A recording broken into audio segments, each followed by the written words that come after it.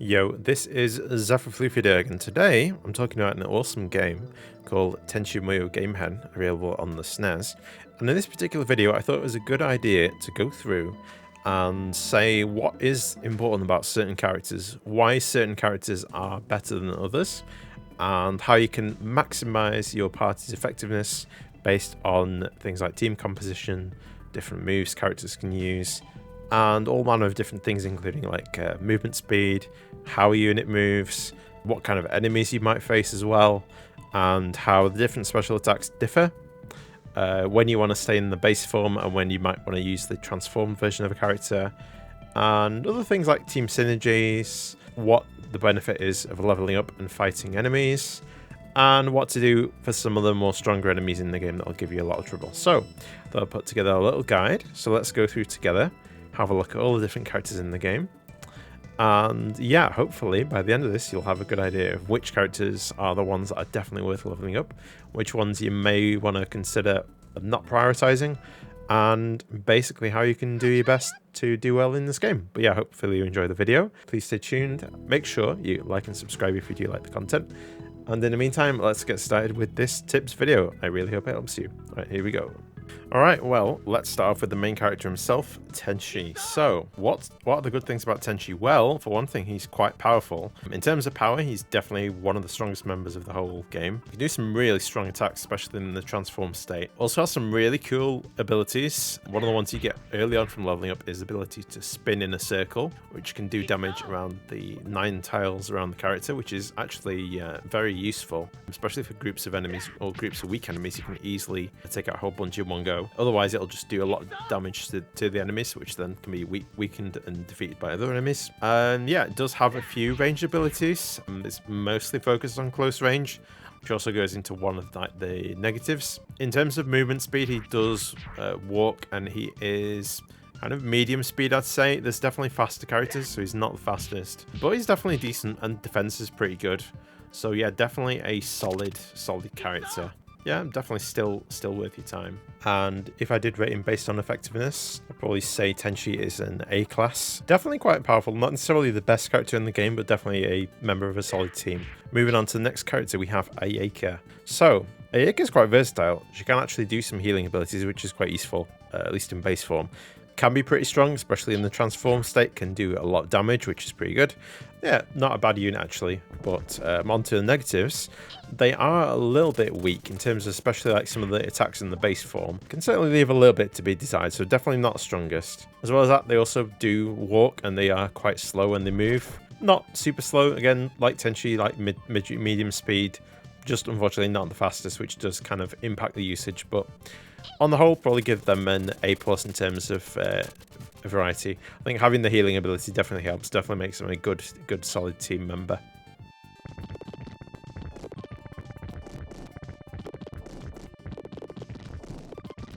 Moving on then, we have Ryoko. So Ryoko is actually a really great character. So as long as you can have Ryoko in your party, definitely a strong character. They have really great movement because they can move. Not only can they move fast, they can also warp as well, which means they can warp through enemies, through obstacles. So you're definitely really fast in terms of movement. And they have some great abilities, including ability to do a multi-hit as well. So they can hit multiple enemies at once with some of the moves, which is really good, and obviously gets even stronger with the transform state. On to the negatives. So they are not the strongest character. They do a lot of damage, but they're not necessarily the highest DPS character in the game. In fairness, mostly the time you probably want to use them in one-on-one fights with tricky enemies that are slightly out of reach. You wouldn't really want to tackle a whole group of enemies, because that's where probably their weakness shines through. Without going into spoilers, they're also pretty much missing from the whole of Act 3 in the game. So you do have to bear in mind, be careful not to use them as a crutch too much, because there is a big chunk of the game where you cannot use them. When you can use them, they are a very solid addition to the team. Probably class Ryoko as an A-class character. Not quite as versatile as some characters, but pretty decent. Moving on to Mihoshi. So, Mihoshi has some pretty good ranged attacks. She can use things like blasters, bombs, so some of them are in a line, some of them can be like thrown over things, so there is versatility there, especially when leveled up. And transform mode, she really starts to shine, get some really strong moves, and definitely becomes a bit better when transformed. The thing about Mahoshi is she can occasionally miss when she does an attack, and it can actually lead to not doing any damage.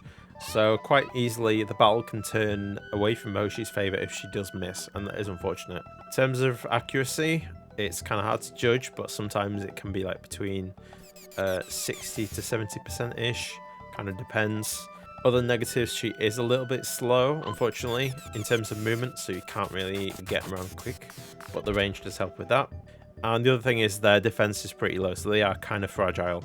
They only take a few hits, so yeah, they're not the strongest character. Pretty decent, but a little bit weak. So I'd probably class them as a B class character. Moving on, we do have Katsuhito or Yosho. So this is a character with a really strong attack.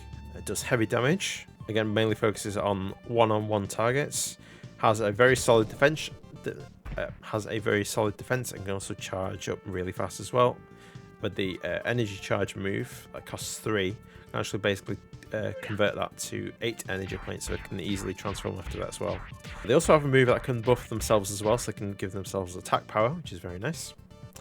So yeah, pretty solid team member. Onto the negatives. They are a little bit slow. They can only move 2 spaces, and that starts to have a big effect, especially considering when they are quite low level, they don't have that many range moves, and even when transformed, they only have a certain amount of range moves. So they're mostly focused on close combat one-on-one. So against large enemies, large groups of enemies, they probably would struggle a bit. But given how strong they are, I'd probably still class them as an A class, including the defense. They're definitely a good team member to use. Moving on, we have the Kabit ryo-oki. So ryo-oki, they have decent movement. They can hop over obstacles and enemies, which is really nice. And they're pretty nimble and can do a little bit of attack. And most of the attacks don't cost too much energy, which is pretty good. Onto the negatives though. They are a little bit fragile, especially base form. So they can't take that many hits. And they are also not one of the strongest ones as well. So they do have that fragility without too many benefits. So I'm going to give them a B rank. But decent character, takes a little bit of time to get used to, but not too bad actually. Is really interesting. They actually are a great support character. They can do healing, including some great long range healing, which is really good. They also have decent defense. They can take a bit of damage without falling over too quickly, so they're pretty decent in that regard. Onto negatives. They are very slow. They only move 1 space a turn, so they are going to take a very long time to get anywhere and also to get out of enemies' ways.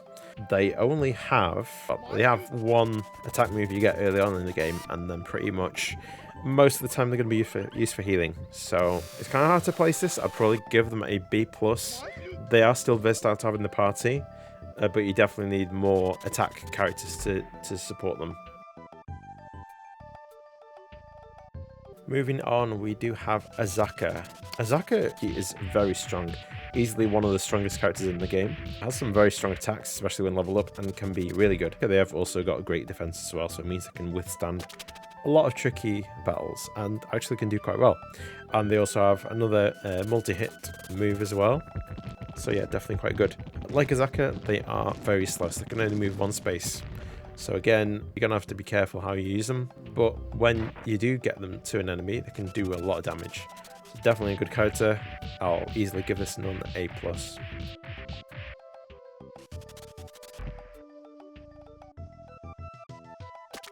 Moving on, we have the next set of characters. So we have Yukinojo, who is Mahoshi's robot partner.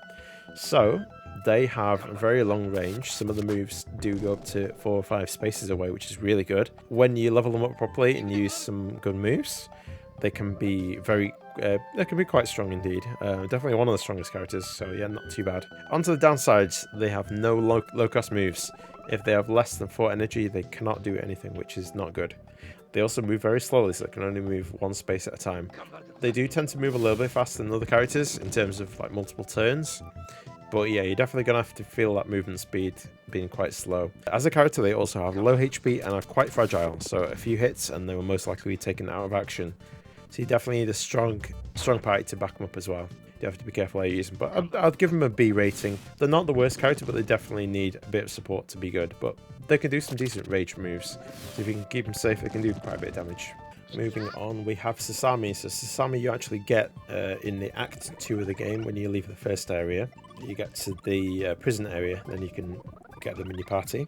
So they are a buffer and healer unit. They can also do a bit of damage as well, but they're mainly used to support other team members. And they have some decent moves when they transform too. On to the negatives, they are not very strong really. The moves don't have too much impact, and they do move a little bit slowly as well. So you have to bear that in mind. But yeah, pretty useful. I'd give them a B+. Pretty useful, especially when leveled up. Alright, moving on, we have Washu. So Washu you get in Act 2 as well. That's in the second main area. And you get them through, I think it's through the storage area at the top right of the map. So, they're a really versatile unit. They can do good buffs for attack. They can also do healing. It has some close range moves and a few long range moves as well. And like Ryoko, they can actually teleport, which is pretty decent. On to negatives, the base form is a little bit slow. They can only teleport up to 2 spaces away, which is a bit slower than some characters. Yeah, the warping and teleporting is good, but it will let you down a little bit.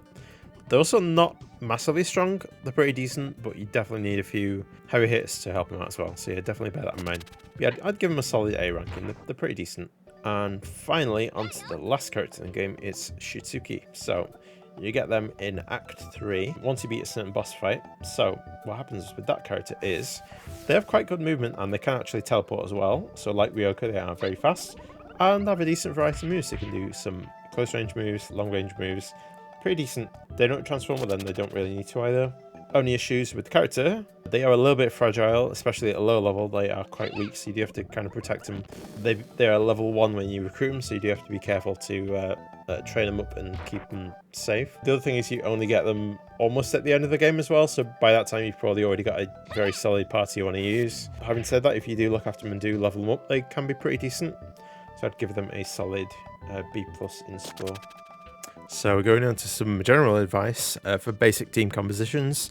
You start the game with Tenchi, Ayaka, Ryoko and Mihoshi, which is a solid starting team. Later on you may want to swap out Mihoshi, and then you do have to cater to the fact that Ryoko is absent from the party for part of the game as well. So you definitely have to level up some other characters too. In terms of other characters you could bring onto like your main teams. As I mentioned before, Kamedaki is quite strong. Definitely with bearing them in mind, they do a lot of damage, even though they are a bit slow. And then you have Katsuhito as well, does some really good one-on-one damage. Again, pretty decent and quite a solid team member, good defense. And then having Washu for versatility is good too, can also heal and buff. So definitely a good character to use in any team. Moving on to other team characters, you could also bring Azaka on for some extra healing, especially long range healing. Can be quite decent if you do look after them. And then, yep, Shitsuki isn't too bad either. Can be pretty decent, especially when you level them up. Not bad. Similar with Sasami as well. Sasami's buffs and healing is pretty decent too, so it goes to any additional team comp. And then finally, you do have ryo-oki and Yukinojo, who are decent in their own ways, but also are a little bit weak. So while not being main members of your party, they are probably going to be quite useful as well. So in terms of the game, most of the time the game has you with a party of 4 characters. So you basically pick any of the 4 characters you do have unlocked.